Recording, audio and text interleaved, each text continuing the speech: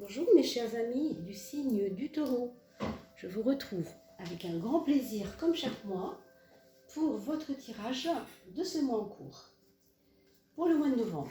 Alors j'espère que vous avez pu aller regarder le tirage précédent, c'est-à-dire le tirage de la coupe de terre pour vous, pour les signes de terre, pour la fin du mois d'octobre qui entre dans le mois de novembre. Ça nous donne un petit aperçu de comment passe la transition d'octobre à novembre. D'accord?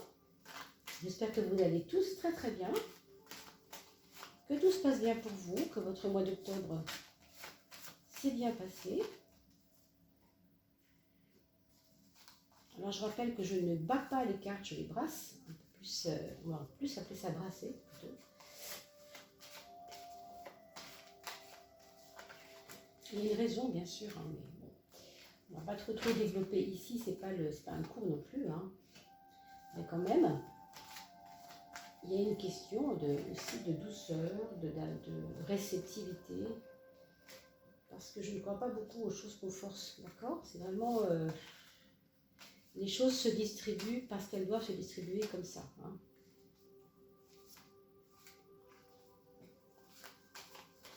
Allez, on continue avec ce tirage du mois de novembre pour vous, mes amis taureaux.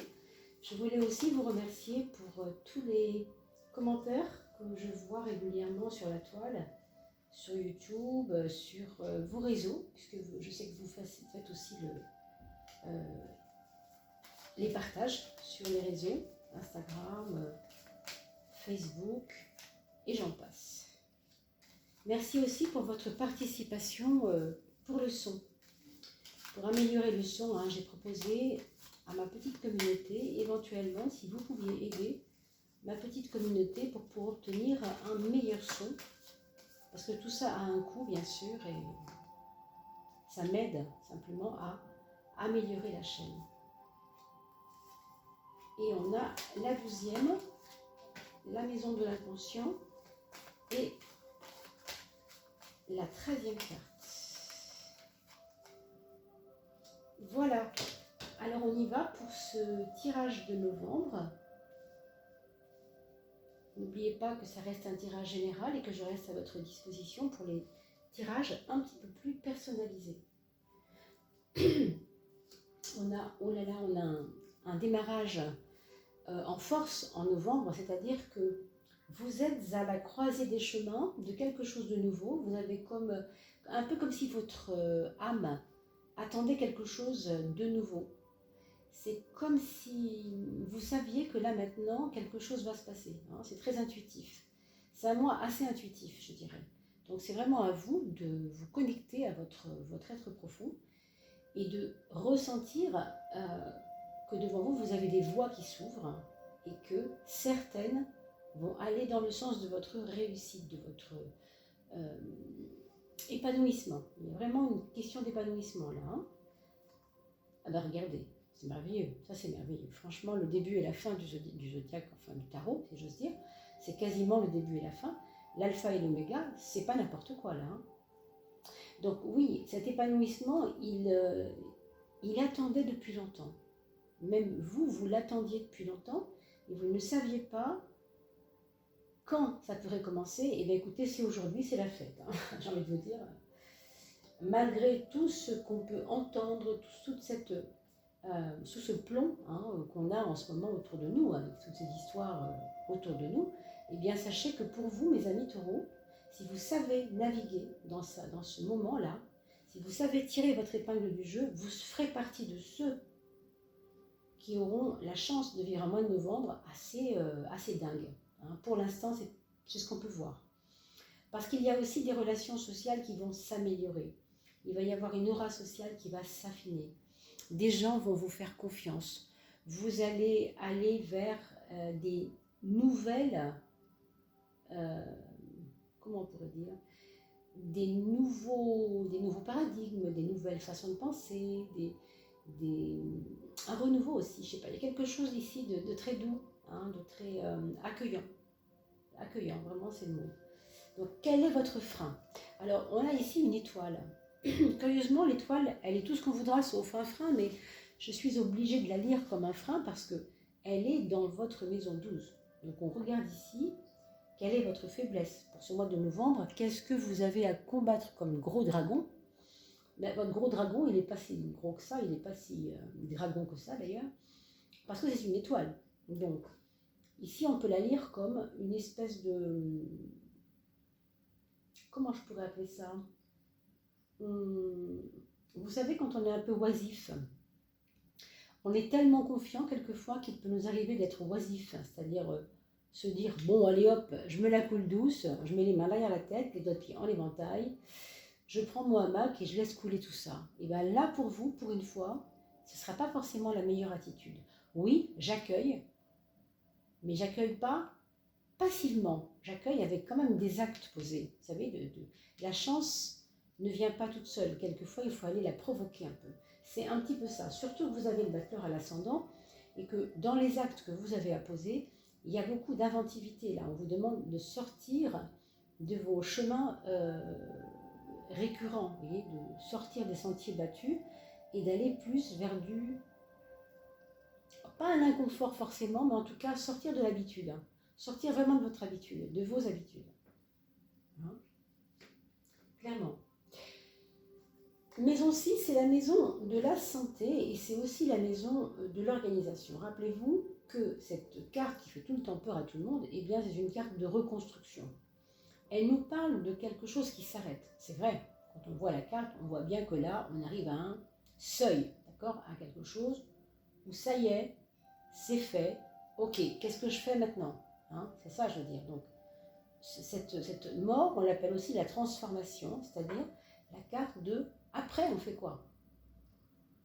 Alors, pour vous, au niveau de la santé, c'est clair qu'il faut vraiment, pour certains d'entre vous, que vous vous définissiez vraiment. Avec une carte comme celle-là, vous avez tout à fait les moyens de trouver des façons justement de sortir de vos habitudes, mes amis taureaux. Hein. On sait que dans le taureau, il y a une routine, hein, il y a toujours une routine. C'est même compliqué quelquefois de sortir de la routine parce que le taureau, la routine pour le taureau, ça représente vraiment le confort. Mais c'est déjà ça pour tout le monde, mais en particulier pour le taureau. Donc mes amis, sortez de vos sentiers battus. Allez chercher d'autres façons. Parce que vous avez un besoin de renouveler ici vos cellules, de régénérer vos cellules, de recommencer des nouveaux cycles. On est dedans là. Et au niveau de votre travail, ce qu'on peut voir, c'est que les actions que vous avez à mener sont assez fulgurantes. Vous allez avoir du fil à retordre, vous allez avoir certainement des choses à revoir. Ou bien dans la méthode, ou bien parmi les collègues qui vous entourent, ou bien est-ce que vous êtes vraiment à votre place dans ce travail? Il y a quelque chose ici qui vous savez l'expression « rien ne va plus ». Rien ne va plus, je suis au seuil, je fais un choix, qu'est-ce que je dois faire là? C'est vraiment la fin d'un monde hein, pour vous, hein, par rapport au travail. Alors, pour certains, c'est ça. Pour d'autres, c'est la fin d'une aventure professionnelle, ou en tout cas de la façon dont on a été menée jusqu'à aujourd'hui. Elle n'est plus viable. Hein. Il faut trouver des nouvelles ressources. On vous demande de trouver des nouvelles ressources. Hein. Alors, la maison 5, c'est la maison des amours, rappelez-vous. On a toutefois ici une jolie impératrice, là, bien en forme, bien assise, bien posée, et qui nous parle de dialogue, qui nous parle d'expression, de dialogue au sein même de l'amour. C'est-à-dire que vous avez peut-être pour vous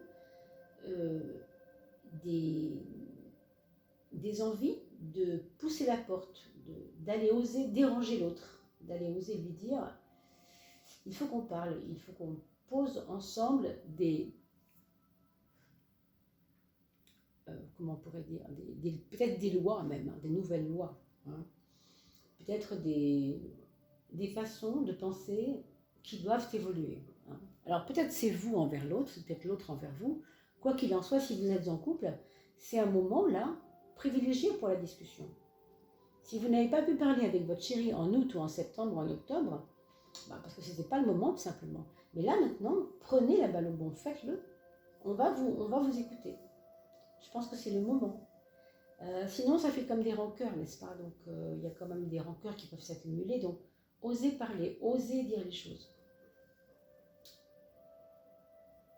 Pour les personnes qui n'ont pas de couple en ce moment, il y a comme un accord avec soi-même, comme si je me retrouvais moi-même, enfin, libérée de quelque chose. Je suis libérée de quelque chose. Ça peut être une fin de couple et une libération.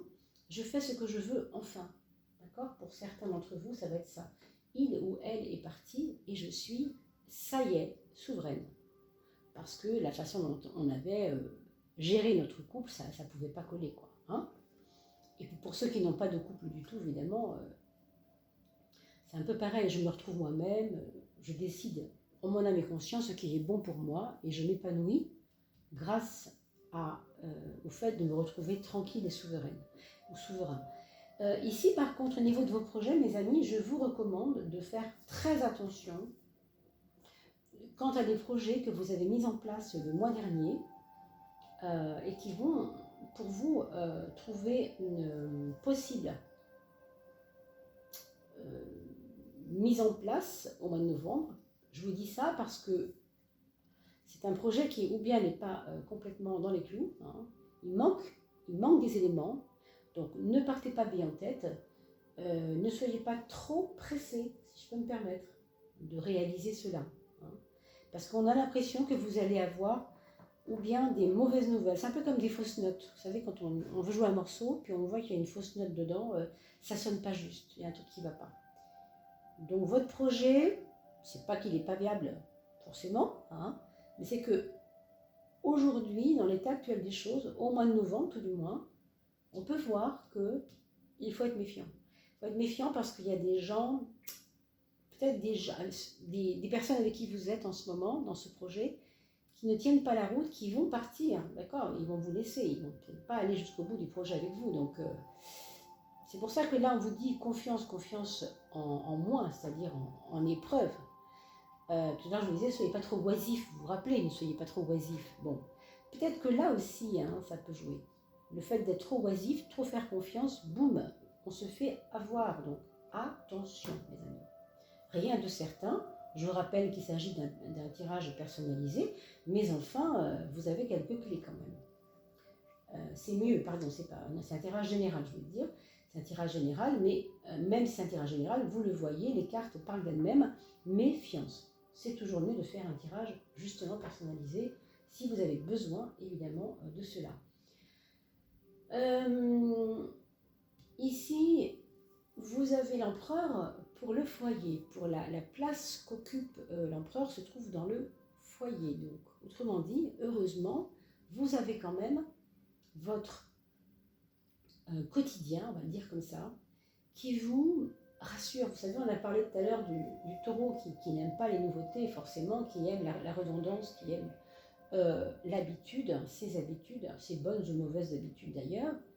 Et soyez rassurés, vous allez quand même pouvoir continuer ce mois de novembre à garder quelques jalons habituels qui vous aident. Ça c'est bien. Hein. Pour vous, c'est vraiment même, je vois ici, épanouissant et essentiel. Même si on le voit, vous devez accueillir la nouveauté. Bon, si quelqu'un se manifeste autour de vous, une jeune fille plus jeune que vous, avec des idées complètement folles et complètement novatrices, écoutez, ouvrez votre cœur, ouvrez vos oreilles, parce que, encore une fois, dans les projets, pas tout de suite, mais au moins accueillez les choses qui pourraient devenir plus tard des projets. Pour novembre, on vous dit clairement de ne pas embrayer, de ne pas aller dans la créativité par rapport à ces projets. Pour l'instant, c'est juste un moment comme ça où on doit faire attention. Alors, on regarde la 3, on regarde la 7. Dans la maison 7, on a quand même la Lune, qui est plutôt une carte émotionnelle, une carte de sensibilité. Autrement dit, vous allez peut-être devoir, et je le voyais déjà un petit peu ici, mais je n'osais pas encore aller jusque-là, supporter, ou en tout cas avoir des conséquences sur votre vie de quelqu'un qui est assez triste, assez dépressif, hein, autour de vous. Ici, il est question de plus aider une personne qui éventuellement serait en très mauvaise posture, ou bien par rapport à des affaires qui la regardent elle, mais elle vous implique vous. Donc attention, on sait que le taureau a un côté empathe très prononcé, hein, à cause du côté vénusien, bien sûr. Hein, on sait bien que c'est Vénus qui gouverne le taureau, donc ici, c'est un peu exacerbé. Vous allez pleurer à la place de l'autre, hein, quelquefois. Donc ce n'est pas évidemment le conseil que je vous donne, chacun doit rester à sa place, et on ne peut pas aider si on n'est pas fort soi-même. N'oubliez jamais ça, c'est important. Hein. Donc, c'est pas en pleurant à la place de l'autre qu'on va l'aider. Hein.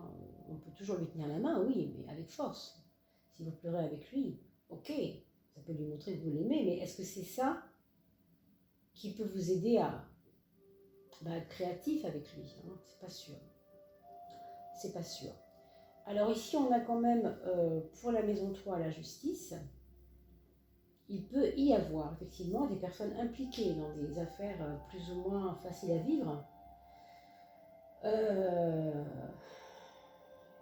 Oui, ça peut vous toucher indirectement. Quelque chose peut vous toucher indirectement par rapport à ça.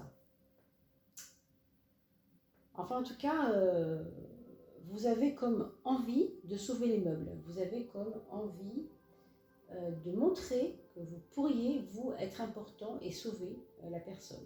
Bon, vous savez, le mythe, le syndrome du sauveur, là, on l'a un petit peu tous, mais cherchez vos limites là-dedans parce que, oui, on accueille, ok, on est ouvert, mais attention à cette espèce de façon très large comme ça d'accueillir tout et n'importe quoi. Vous voyez, les projets ne tiennent pas trop la route en ce moment. Je ne sais pas, mais il peut y avoir des influences quand même chez vous, autour de vous, qui ne sont pas évidentes du tout. Et votre mental, c'est tout ou rien, j'ai envie de vous dire. Il y a des moments, c'est très très...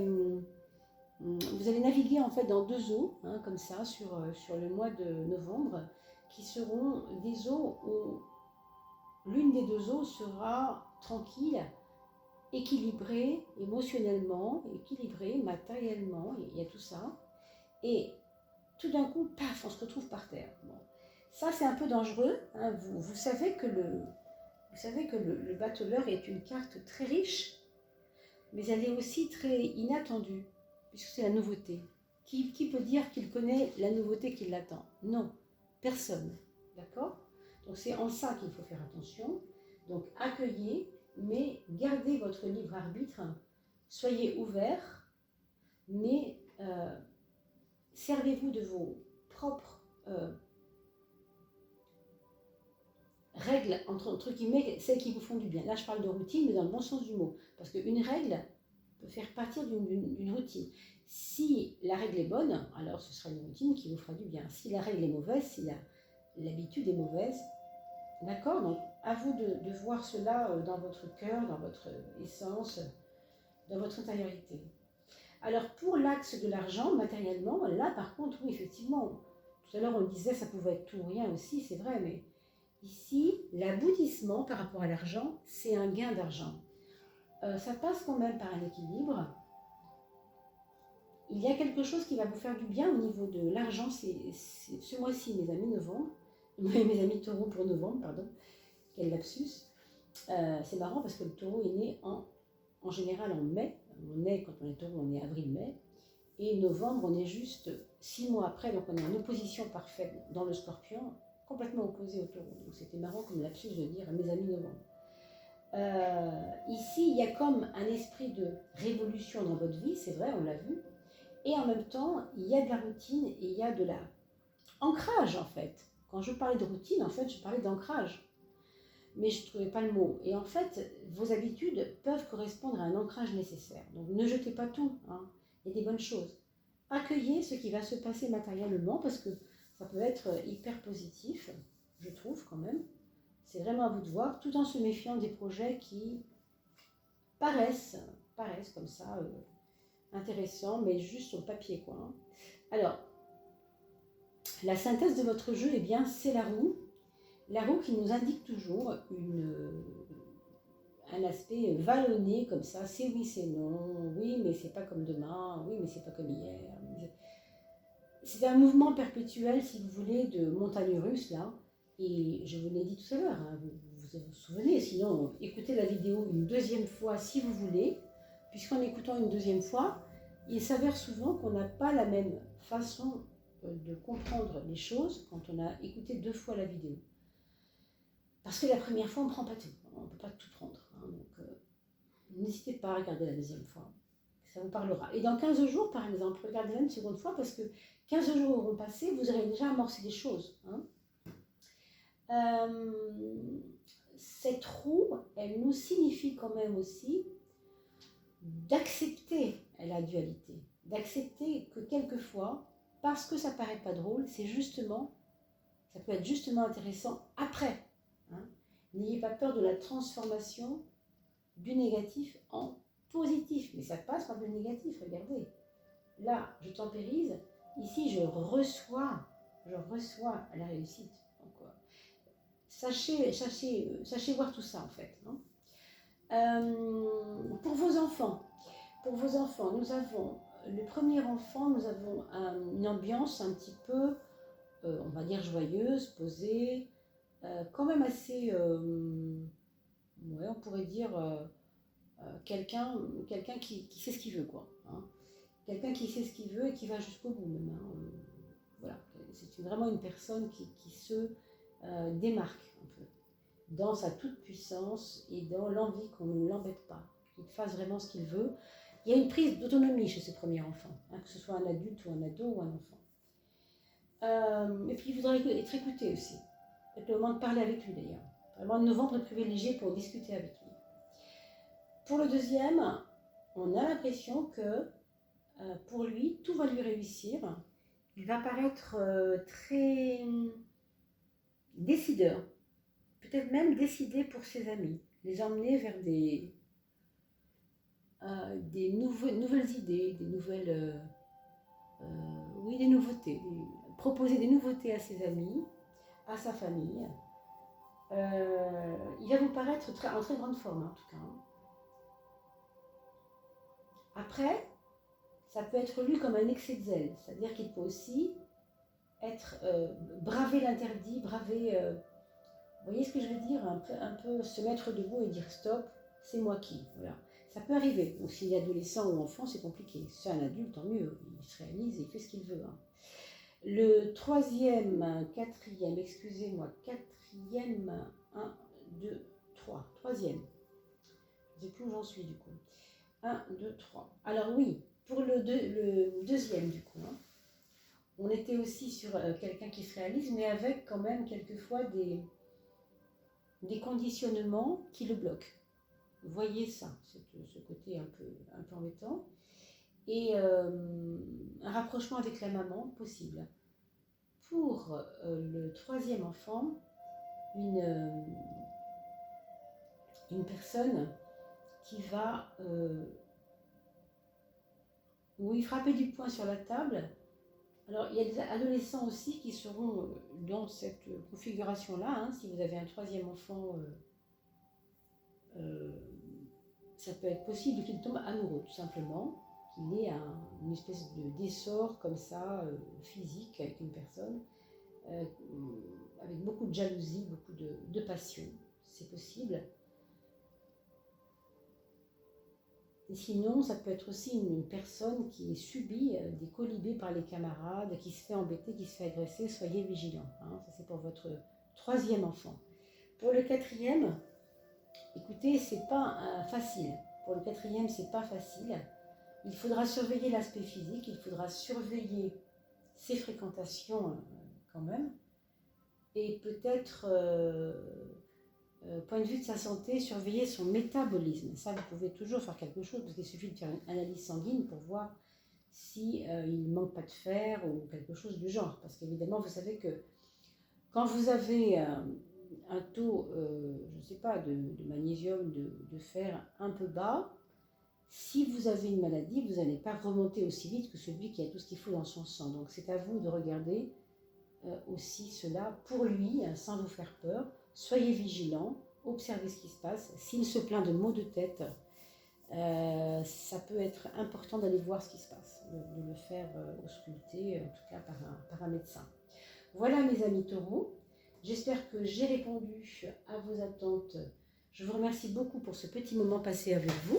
On va se retrouver tout bientôt pour les énergies de la fin du mois de novembre, bien évidemment. Regardez aussi en aval les énergies de la fin du mois d'octobre pour la coupe de terre. Merci beaucoup d'avoir été là. Je vous dis à très très vite. Portez-vous bien d'ici là. Je reste à votre disposition pour toute demande. Vous avez mon email dans la description. À très bientôt. Portez-vous bien.